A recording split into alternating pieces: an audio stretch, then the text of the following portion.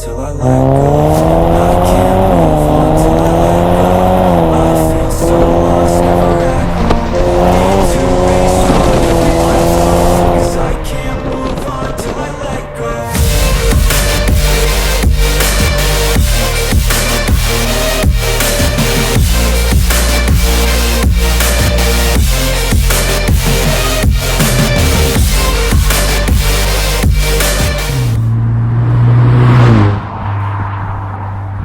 Good morning Vietnam! Oggi sono a bordo di una Ford Mustang Fastback, sesta generazione dell'immortale vettura americana.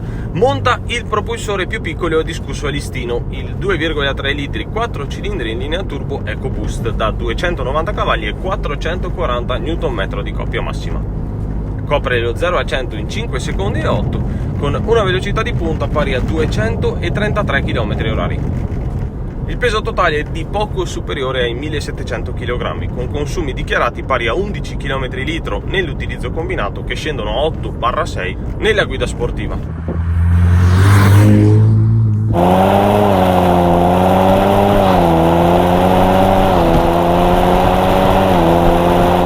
Il propulsore in prova oggi ha segnato una profonda spaccatura nella cultura automobilistica, cosa successa anche con il 3 cilindri utilizzato da Ford per la Fiesta ST.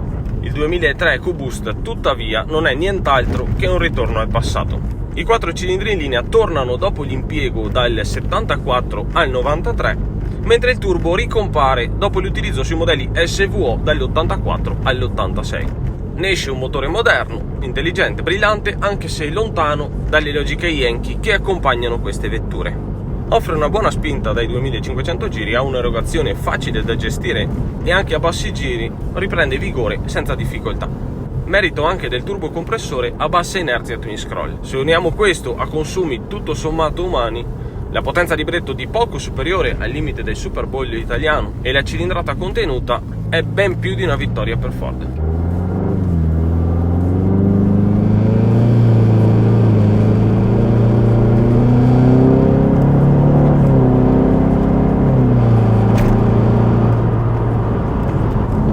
Ottimo impianto frenante, questo lo si avverte subito, e anche con le frenate un po' più brusche lo sterzo non si scompone. Sicuramente il sound stock non è uno dei più coinvolgenti, non è niente di più che una Golf GTI, per darvi un'idea. Ad ogni modo si può sempre intervenire per darle un po' di voce in più, come nel caso di questa che monta centrale e finale Magnaflow Competition.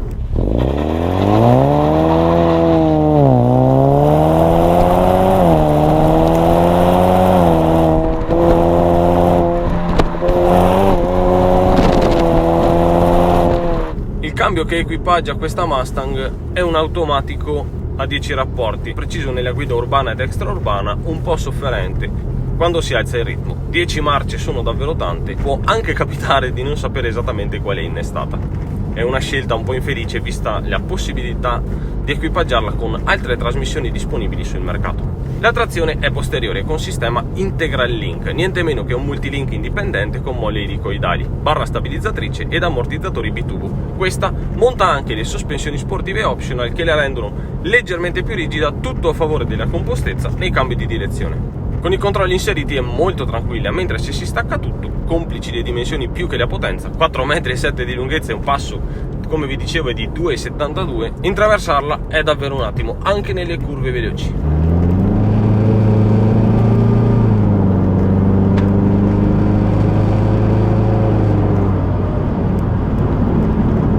Si diverte, per carità, ma se si stanno affrontando anche auto meno potenti si avverte una certa lentezza globale. La Mustang Mark VI venne presentata a fine del 2013, con messa in produzione nel 2014, l'esemplare pre-serie fu battuto all'asta per $300.000, assurdo, e consegne per tutti finalmente nel 2015, anno del 50° anniversario dell'inizio della produzione del modello, nel 1964. Il cambiamento rispetto a tutte le serie precedenti è stato notevole, trattandosi della prima Mustang pensata più per il mondo che per i soli Stati Uniti. È infatti disponibile in tutti i mercati in cui è presente Ford, si può avere con la guida a destra, arriva in Italia direttamente nei concessionari ufficiali, insomma dopo 50 anni è davvero a portata di mano. A livello tecnico è stata seguita la stessa linea della globalizzazione, sia per il comparto sospensioni che per la gamma motori. Come già detto, scompare l'assalle posteriore rigido, disponibile comunque negli USA per le modifiche da drag, in favore del multilink, mentre i propulsori sono il 2003 EcoBoost, come questo, prima da 315 cavalli e poi depotenziato a 290, un 3007 V6 ciclone da 310 cavalli solo per il mercato USA e il 5000 V8 Coyote da 435 cavalli, l'unico che rende effettivamente giustizia al nome che porta. Ne seguirono delle versioni speciali come la GT350 con il 5002 V8 VD da 533 cavalli fino alla GT500, sempre 52 V8 con sotto 771 cavalli. Deve essere una roba fuori da ogni logica.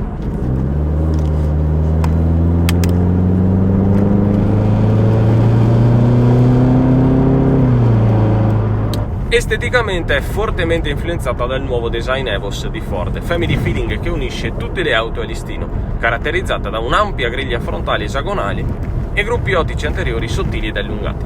Il corpo vettura, qui in un acceso San Francisco Red, con grafica bianca a contrasto, è molto lontano dalle sportive europee. Calandra enorme, cofano lunghissimo, passo a ruota bombati, lunotto tipico della Fastback con il finestrino molto piccolo ed un posteriore tronco con i gruppi ottici che riprendono la quinta generazione dell'estrattore che ingloba i due terminali di scarico. Molto belli anche i cerchi da 19 pollici Forged Silver.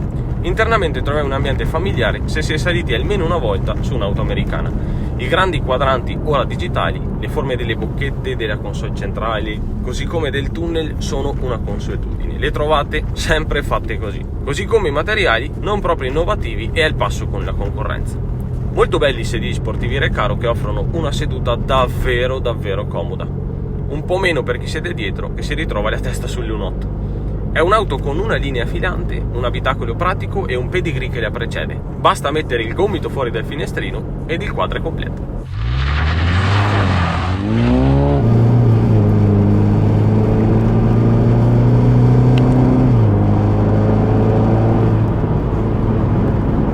Con un prezzo a partire da 40.000 euro circa va ad inserirsi inevitabilmente in un segmento pericoloso, all'interno del quale con la stessa cifra ci si mette in garage auto più prestazionali, accattivanti per qualità e brand. Insomma, la Mustang non è una scelta di testa ma di cuore. Il propulsore non è un fulmine, il cambio è l'ultimo che forse avrei scelto, le prestazioni non lasciano a bocca aperta e per averla leggermente più aggressiva bisogna fare alcune modifiche, però ha uno stile, un carattere ed un background che fanno dimenticare tutto. È qualcosa che provo spesso a bordo di auto non velocissime. Vanno comprese per goderne appieno, non basta premere sul gas, bisogna capire cosa hanno di speciale per poter dire di averle guidate per davvero. Forse oggi come oggi la Mustang con il 2003 EcoBoost non è la scelta migliore che si possa fare, ma non ho mai visto un proprietario triste alla guida, quindi io stesso mi sono un po' rotto le palle su auto ben più potenti. Confermo che questa ha il suo perché, ovviamente se piace il genere. La Ford Mustang Fastback incarna l'American Dream rifinito per abbracciare il mondo intero. Ha un'anima a stelle e strisce ed ha ricevuto le migliorie che ovviamente mancavano ai modelli importati. Concludendo, posso dire che la Mustang è maturata davvero molto. Si è resa persino pratica come sportiva da tutti i giorni e per quello che costa non ha competitor effettive per tipologia sul mercato. Una Mustang è una Mustang, questa è apprezzabilissima con il progetto EcoBoost sotto il cofano. Personalmente parlando, però, ho ancora in testa il sound mostruoso della Mark 5 che ho potuto provare l'anno scorso. Un'esperienza del genere ti cambia. Da allora, se ne guido una, vorrei sentire il latrato inconfondibile ed irrinunciabile del suo bellissimo V8.